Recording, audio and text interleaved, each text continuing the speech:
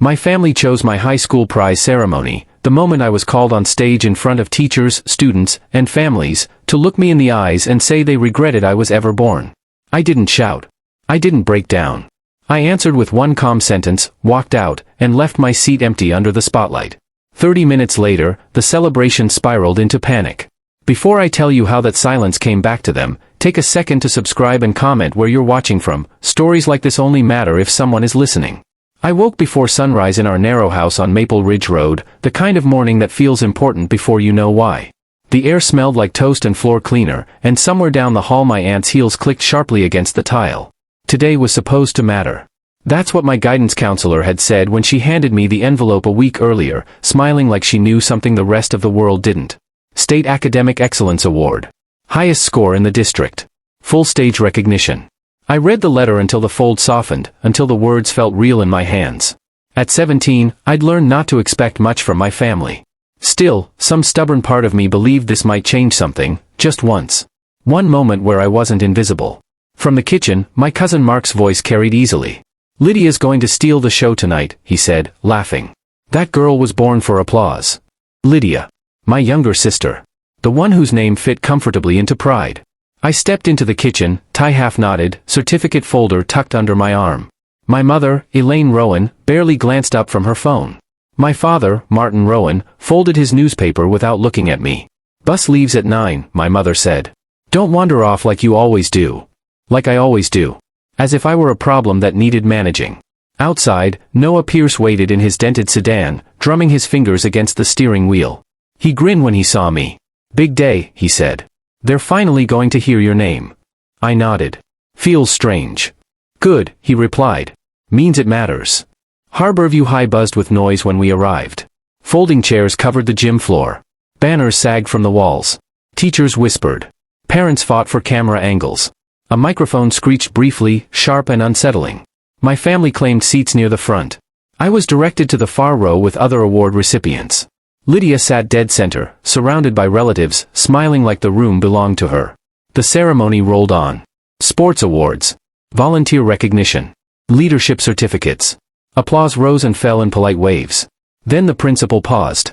"Our next award recognizes exceptional academic achievement," she said. "A student whose performance placed him first across the entire district." My chest tightened. Caleb Rowan. The spotlight snapped on. Applause broke out. Teachers smiled. Students clapped. Noah whistled from the back row. I stood, legs trembling, and started toward the stage. Halfway there, I heard it. My uncle leaned toward my father and said, not quietly, "Funny how the wrong kid ended up with the brains." My mother laughed softly. I froze. On stage, the principal waited, confusion flickering across her face. The microphone hummed. The spotlight burned into my eyes. I reached the edge of the stage and turned toward my family, hoping, against logic, for something. A nod. A smile. Anything. Instead, my father stood. "We should clear something up," he said, his voice carrying across the gym. The murmurs died instantly. "This award doesn't change reality," he continued. "Some people are born to contribute. Others are born mistakes." My mother stood beside him, arms crossed. "We regret you were ever born," she said flatly. The words hit like shattered glass. Gasps rippled through the room. Phones lifted instinctively. Teachers stiffened. My ears burned. My hands clenched. But my voice stayed steady. "If that's what you believe," I said, loud enough for every corner of the gym, "then go on pretending I never existed." I placed the certificate on the edge of the stage. Then I turned and walked out. The doors slammed shut behind me, the echo ringing like a final verdict. Outside, the air felt sharp and cold. I didn't stop walking until I reached the parking lot. Noah caught up, breathless. "Caleb. Please," I said quietly. He nodded. I didn't look at my phone until I reached home. 30 minutes had passed. 48 missed calls. And that was only the beginning. I didn't answer a single call that night. I placed my phone face down on the kitchen counter like it was something alive, buzzing and desperate, and leaned against the wall until my breathing slowed. The house felt too quiet, the kind of quiet that presses in on you once the noise stops. Outside, Maple Ridge Road was still, porch lights glowing like watchful eyes. For years, I had imagined walking away. Not like this, but I'd imagined it. I just never believed I'd have the courage when the moment came. The next morning, my phone lit up again before sunrise. Missed calls stacked on top of each other. Messages followed. "Elaine, you embarrassed us in front of everyone. Martin, you owe this family an apology. Aunt Marjorie, families don't turn on each other like that. Unknown number, this is your fault. I scrolled without replying. Not because I didn't know what to say, but because I finally understood something that had taken me 17 years to learn. Anything I said would be used to pull me back into the same shape they'd molded me into since childhood. So I said nothing. At school the following Monday, the atmosphere felt different. People looked at me longer. Teachers spoke more carefully. The story had spread, crooked versions of it, softened ones, cruel ones, but everyone knew something had happened. Professor Evelyn Marks stopped me in the hallway. Caleb, she said gently, my door is open. Anytime. I thanked her and kept walking. Lydia didn't come to school that day. Or the next. By Wednesday, the administration called me into the counselor's office. Not to scold me. Not to question my behavior. To ask if I was safe. That question hit harder than anything my family had said. At home, the pressure escalated. My family didn't apologize. They reorganized their narrative. Elaine showed up unannounced that evening, standing on the porch with arms folded tight across her chest like armor. We need to talk, she said. I didn't move aside. You humiliated us, she continued. Your uncles are furious. Lydia is devastated. Do you understand what you've done? I nodded slowly. Yes. And I'm done. Her mouth tightened. You don't get to be done. You're part of this family. I met her eyes. Not anymore. Her face shifted, not anger, not sadness, but something closer to fear. For the first time, I wasn't asking for permission. She left without another word. That night, Noah came over with takeout and 2 sodas. We sat on the floor because I hadn't bothered to clear the table. You okay? He asked. I don't know, I said honestly. But I'm not pretending anymore. He raised his soda. That counts for something. The days that followed revealed things I hadn't expected. The school district called to confirm scholarship processing. A full academic grant, something my family had quietly assumed Lydia would receive. My phone rang again. This time it was my father. You can't take that money, Martin said sharply. That was meant for the family. It's meant for the student, I replied calmly. Silence. You're being selfish. I smiled, though he couldn't see it. I've funded this family since I was 15. I think I've earned one thing that's actually mine. He hung up. 2 days later, Lydia finally called. Her voice was small. I didn't know they'd say that, she whispered. I swear. I know, I said. And I did. That was the cruelest part. But you still walked out, she said. Accusatory. Hurt. Yes. You left me there. I left them, I said gently. There's a difference. She didn't respond. The truth settled slowly. My absence was creating problems they didn't know how to solve. Lydia's scholarship review stalled. Family plans unraveled. Stories contradicted each other. And the calls kept coming. 48 had turned into hundreds. Then something unexpected happened. A local education board member reached out. Someone who'd been in the audience that night. She asked if I'd be willing to speak, privately, about student recognition and family pressure. I agreed. That conversation changed everything. Within weeks, the district implemented new protocols. Award ceremonies would include counselors on site. Reporting channels opened. Stories surfaced, quiet ones, whispered ones, that sounded painfully familiar. And suddenly, my silence had weight. My family noticed. Martin called again, his voice measured. You didn't have to make this public. I leaned back against my chair. I didn't make anything public. You did. I just didn't clean it up. Another pause. You're tearing us apart, he said. No, I answered softly. I stopped holding you together. That night, I packed a single suitcase. I wasn't running. I was choosing. When I locked the door behind me, my phone buzzed again. Another missed call. And for the first time, I didn't feel pulled back. I felt free. I moved into a small rented room on the edge of Harbor City, the kind of place that smelled faintly of old paint and burned coffee. It wasn't much, just a narrow bed, a desk by the window, and a bathroom down the hall, but it was quiet. No footsteps outside my door. No voices telling me what I owed. The silence felt unfamiliar at first. Then it felt like oxygen. School became my refuge. I stayed late in the library, headphones on, losing myself in numbers and logic, things that behaved predictably. Professor Marks checked in often, never pushing, just reminding me I wasn't alone. Noah called almost every night, sometimes talking, sometimes just sitting on the line while we both did homework like we used to. My family, meanwhile, began to unravel in ways I hadn't anticipated. The first crack came with Lydia. Her scholarship interview didn't go well. Not because she lacked intelligence, she was brilliant, but because the committee had questions. They'd seen the footage. They'd heard about the ceremony. They wanted to know about her support system. For the first time in her life, Lydia had to answer without me quietly fixing things behind the scenes. She showed up at my door late one evening, eyes red, posture stiff with pride she couldn't quite hold up anymore. "You didn't have to disappear," she said. I stepped aside to let her in. "I didn't disappear. I stopped being available." She sat on the edge of the bed, twisting her hands.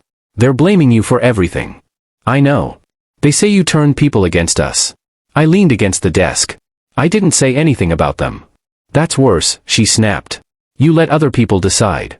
The words hung between us. "I carried this family for years," I said quietly. "Paid bills. Covered emergencies. Took blame. Took silence. And the one night it was supposed to be about me, they erased me." Her shoulders sagged. "I never asked for that." "No," I agreed. "But you benefited from it." She flinched. For the first time, I saw something crack in her certainty. Not guilt exactly, but awareness. She left without another word. 2 weeks later, my father's employer called him into a meeting. Someone had sent an anonymous complaint to the ethics board. Not about money. About conduct. About how a public school employee behaved toward a minor at an official event. The investigation was quiet, but thorough. Martin called me that night, his voice stripped of authority. "Was this you?" "No," I said truthfully. "But you knew this would happen." I paused.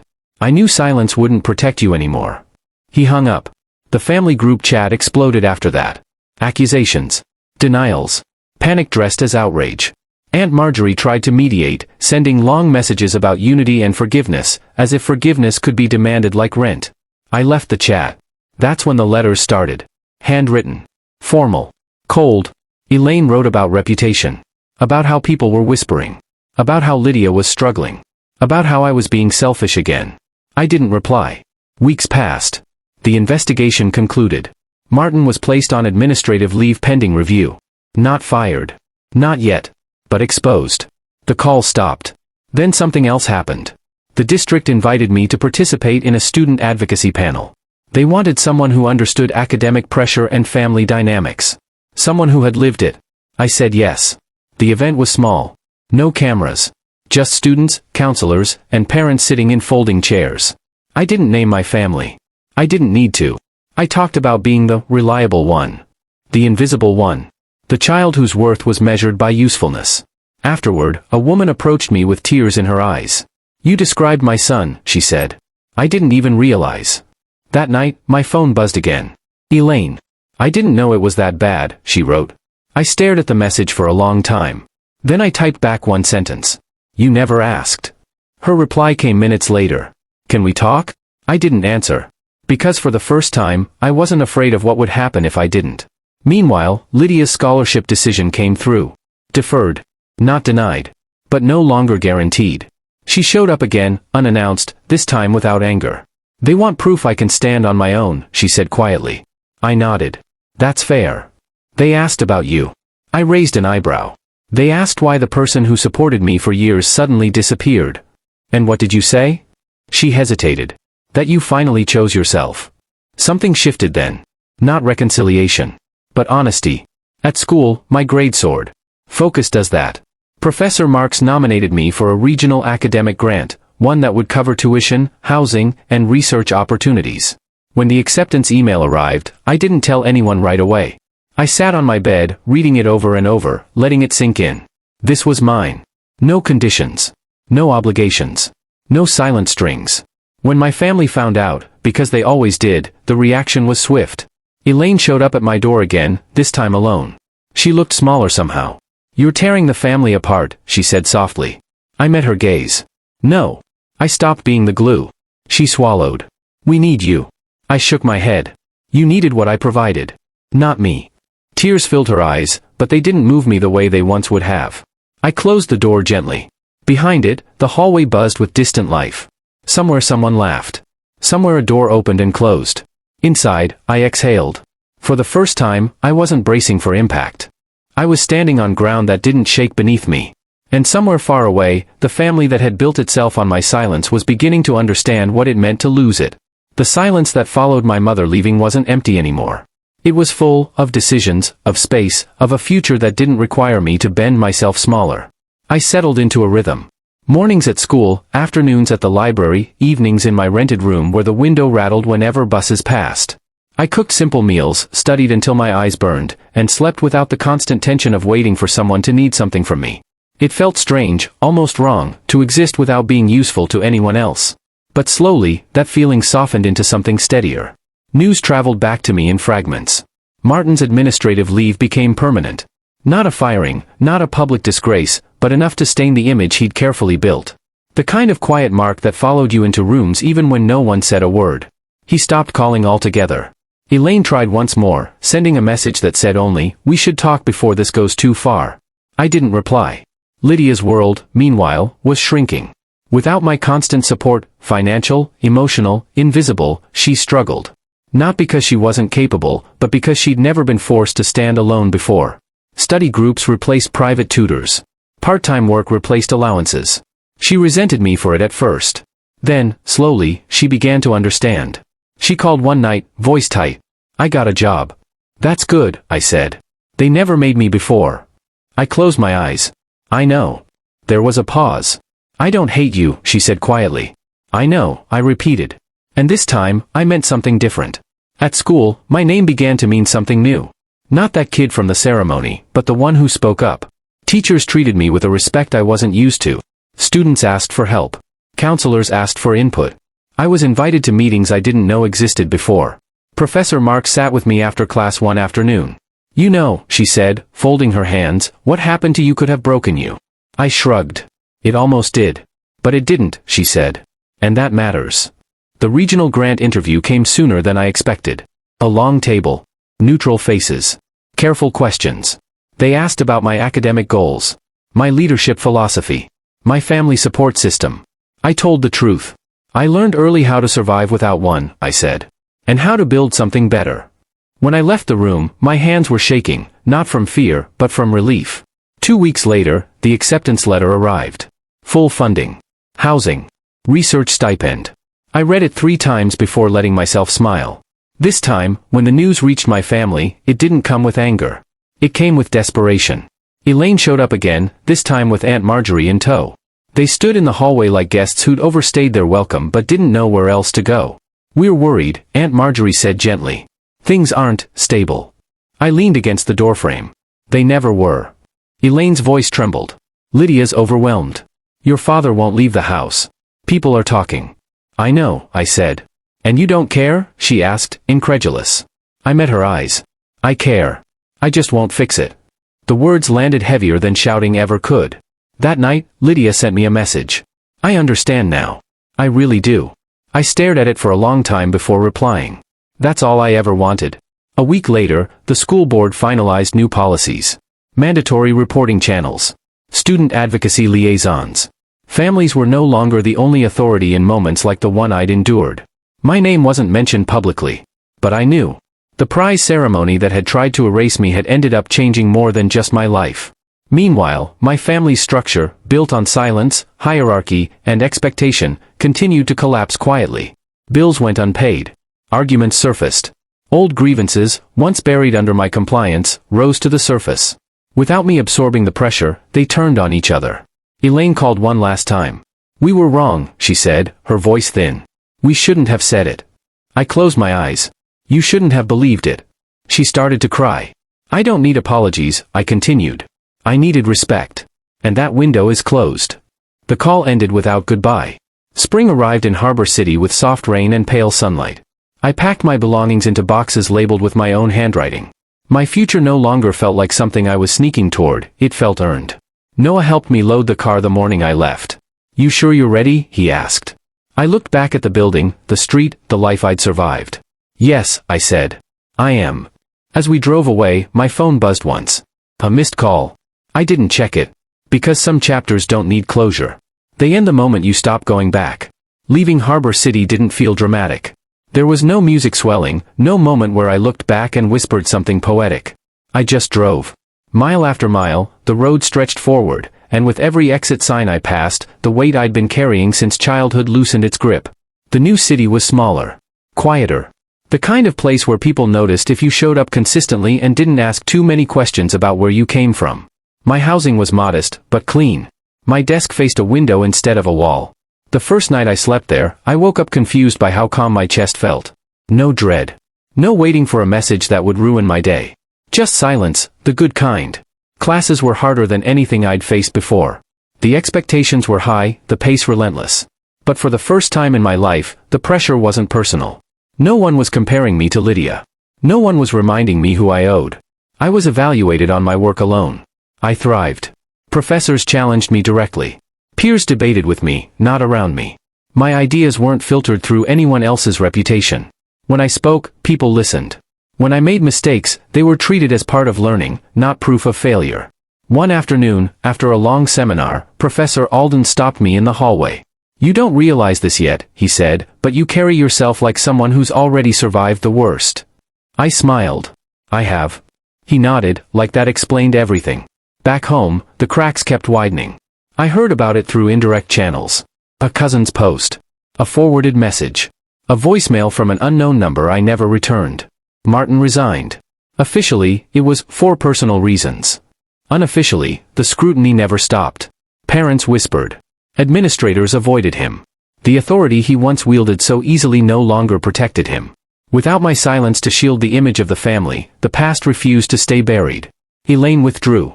She stopped hosting dinners, stopped answering questions, stopped pretending everything was fine.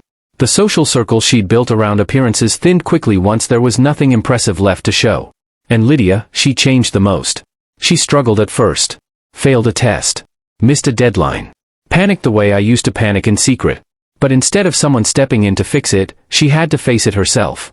Slowly, awkwardly, she learned. Months passed before she called again. "I think I get it now," she said.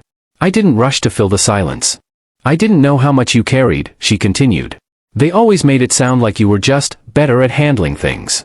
I exhaled slowly. I wasn't better. I just didn't have a choice. Another pause. Then, softer, "I'm sorry. It wasn't perfect. It didn't erase the past. But it was real. And that mattered." As the year turned, opportunities followed. Research invitations. A leadership role in a student initiative. A recommendation that opened doors I hadn't even knocked on yet. I stopped thinking in terms of escape and started thinking in terms of direction. One evening, while sorting old files, I found the recording from the prize ceremony. The moment everything broke open. I listened to it once, all the way through. Then I deleted it. I didn't need proof anymore. I'd built something stronger. The final message from my family came just before winter. It wasn't an apology. It wasn't a demand. It was an invitation. A holiday gathering. Neutral tone. Carefully worded. An attempt to reset without acknowledging what had been done. I stared at the screen for a long time. Then I declined. No explanation. No counteroffer. Just no. That night, I walked through the campus paths dusted with snow, breath fogging in the cold. Lights glowed in dorm windows. Laughter spilled from somewhere nearby. I realized something then, something quiet but final. They didn't erase me. They freed me. The ceremony that was meant to put me in my place had done the opposite. The words meant to break me had forced me to stand. And when I walked out that day, I hadn't disappeared. I'd begun. I don't know what they tell people now. I don't need to. My life no longer requires their version of events. I'm building something honest. Something solid. Something that doesn't depend on approval. And if you're listening to this and you've ever been told, by family, by authority, by the people who were supposed to protect you, that you don't matter, hear this clearly. You do. Walking away isn't weakness. Silence can be strength. And sometimes the most powerful thing you can do is refuse to play the role you were assigned. If this story reached you, if it made you feel less alone, let me know you're here, comment where you're watching from. And if you want to hear more stories like this, consider subscribing. Your support helps these voices travel farther than silence ever could. Because sometimes, the moment they try to erase you, is the moment everything finally changes.